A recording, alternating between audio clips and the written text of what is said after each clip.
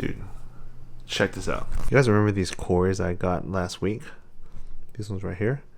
See how there's only 3, and then on this side there's one right there. There's a 5th one that's in this group, and it's hiding because it has ick. 5th one's all the way back there. See? He's just hiding in the back, being sick. This is the exact reason why you want to quarantine your fish. In my case, it's not too bad because the auto in this tank is fairly new, and then those 2 ember tetras is the only other fish that's in this tank. So technically this is my quarantine system. But if you have an established tank with big schools of fish or a lot of like existing fish, you want to quarantine new fish before adding it into your tank. But today's video is not about this. Today's video is actually about this right here. Remember those days, those L's, I couldn't sleep right now. I get paid, fake game, staying B-side. Breaking the blues over steak, I gotta eat right. You could be my peace sign. So for the people that wanted an update on my carnivorous plant terrarium, this is the video. Here it is. It's a big update because the last time I showed you my 1 pitcher plant only had 1 pitcher. Now, I'll let the video do the talking. Look at that. Look at that, man. Let me open the door for y'all. Look at that, man. We started with you. Now we got all y'all, all your homies. Look, man, we got Big Dog right here hanging out in the moss ball. Literally hanging out in the moss ball. Sideways dude. We got dude in the corner right there. Look at that. Then we got this guy right here. And this is the original. Oh yeah, then we got this guy right here.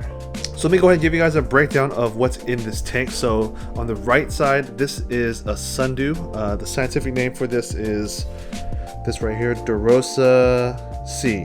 And what we got right here on the left side is a pitcher plant, and they're better known as Nepenthes Gaia. Both of these plants were purchased at predatoryplants.com. They are a Bay Area company. This one right here I got from another place, but it's because this is not a predatory plant. I'll go ahead and explain that later on in the video. The top portion, I went ahead and replaced it with the polycarbonate lids, the same lids that I used for my Bashir tanks. The reason why I switched it out to the polycarbonate from the original netting that came with this kit is because I needed the humidity to stay in here. These plants love to be humid, as you can see. Pretty saturated, bro. With the netting, I wasn't able to achieve that, but with the polycarbonate, just as long as I leave a little crack, it won't build mold and stuff.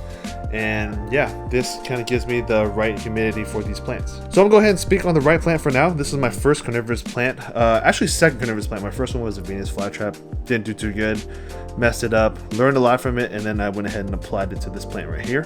And as you can see, it's doing all right. It did have better days. It did sprout a flower that went all the way to the top of the terrarium, and then it almost bloomed, but then it stopped. I went ahead and cut that stem because it just wasn't growing as well, and I had to move this plant from the original location, which was kind of in the middle of the tank. It was in the main soil bed. It was just this carnivorous plant soil mix that I got from Amazon. The reason why I took it out of that soil bed is because it was hard to maintain like moisture in that area just for this plant, because this plant loves to be in moist soil. So that's why I have it in this little pot. I have the pot sitting in this little dish, and it's filled with distilled water. That way it wicks up this peat moss, and then it provides the moisture that this plant needs. Carnivorous plants are pretty easy to take care of. You just got to give them nutrient deficient substrate like peat moss and anything that says carnivorous plant soil on Amazon and stuff. Make sure it doesn't have nutrients in it, because any kind of nutrients will kill it. This is the reason why we use distilled water, and I learned this the hard way because my Venus flytrap, which was one of my favorite carnivorous plants, I ended up killing it because I didn't use the right water, I didn't use the right substrate, and it just died. It just wasn't good. It wasn't a good look. That's why we don't talk about this plant no more. But yeah, this Sundew right here is really cool. The way it eats bugs is it's kind of like a glue. It's like a living glue plant. When bugs get close to it or touches it, the bugs will get stuck on the leaves, and then the plant will draw the bug into the core of the plant, and then that's how it consumes it. So it'll pretty much grab it like a fist. I don't know if you can see in this frame right here, but the plant got one in this little leaf right here, and it's doing the thing where it's bringing it to the core, and that's how the plant consumes the bug. As you can see, some of the leaves are browning. That was from when I had it in the soil, and now that I moved it up, it's honestly looking a lot better than it did before, and it's slowly recovering in this little pot right here. It may look like a small pot, but this plant, I think it's gonna do fine. If it shows signs that it's outgrowing this pot, or if you guys think it's outgrowing this pot, let me know down in the comments below. But yeah, man, as for right now, I think he's doing all right. I am a carnivorous plant noob, FYI, so if you guys have any tips and pointers and stuff, leave it down in the comments below.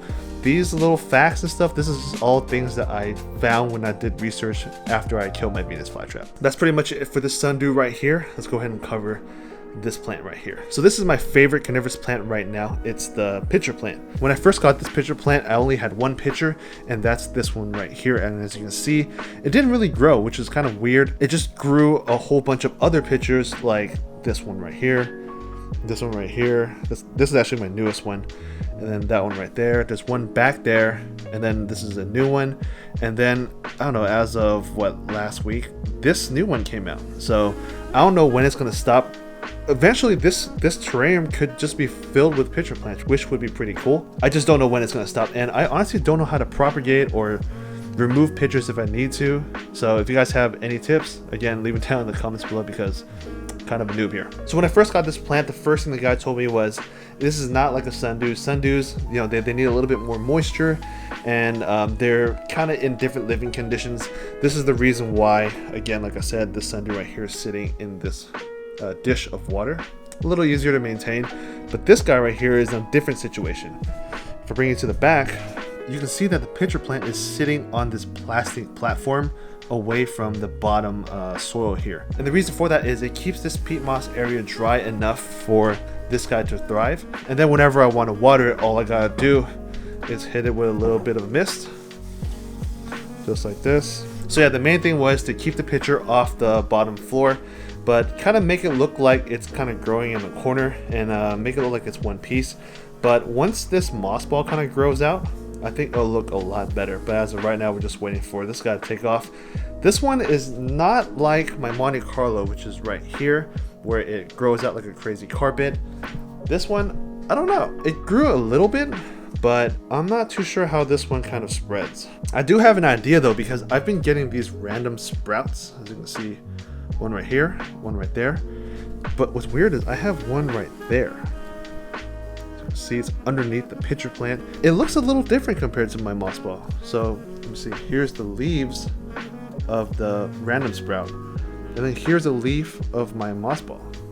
Different, right? On the topic of random plants that's growing in this terrarium, I have these weird little patches of bushes, as you can see right here on the left side, which is in front of the pitcher, and then I have some behind the Sundew right there. It's a bush of this random plant. If you guys know what this is, let me know down in the comments below, because I personally don't know where these came from. I was thinking it came from the dry peat moss, but yeah, man, it's kind of spreading, and I personally think it looks good. But if it's a bad plant, yeah, just let me know down in the comments below. I just don't know what this thing is, dude. I just don't know what this little clover looking plant is. If that's this moss ball just spreading its runners and stuff, that's great, because eventually I'll just have a carpet of this moss, and then I can take this weird rock out. And then this I have another plan for. I'm planning on moving this to the Bashir tank, because I am planning on adding a pothos farm into my Bashir tank sump and stuff. And with that, I usually get a bug problem at the other house. If I were to bring this Sundew and put it near the pothos and stuff, I think it'll kind of knock down some of my bug problems over at the other house. Or if I want to be a boss, I might as well just bring this whole plant there, because I'm sure this guy will eat a lot of bugs. Back to the topic of this little spreading plant though, I have no idea what this is. So if you know what it is, leave it down in the comments below, because it's spreading. It's like here, growing on the rock right there. I have the random sprout growing under the pitchers. I have this one growing in the front, and then I have random ones growing down the peat moss and hitting the regular substrate. So yeah, no idea. Oh, then I have some more of that random sprout thing right here. So yeah, I was thinking that I was gonna do live feedings with this plant, but after feeding it a couple bugs, I noticed how it eats, and it's not really that exciting to watch. It's very, very slow. This is not like a Venus flytrap. So if you want to see a plant eat bugs super crazy, eat it really quick, and just want to watch it kill bugs and stuff, you might want to go towards the Venus flytrap and not these guys right here. This Sundew right here is probably one of the closest plants that you can get when it comes to seeing the action and stuff,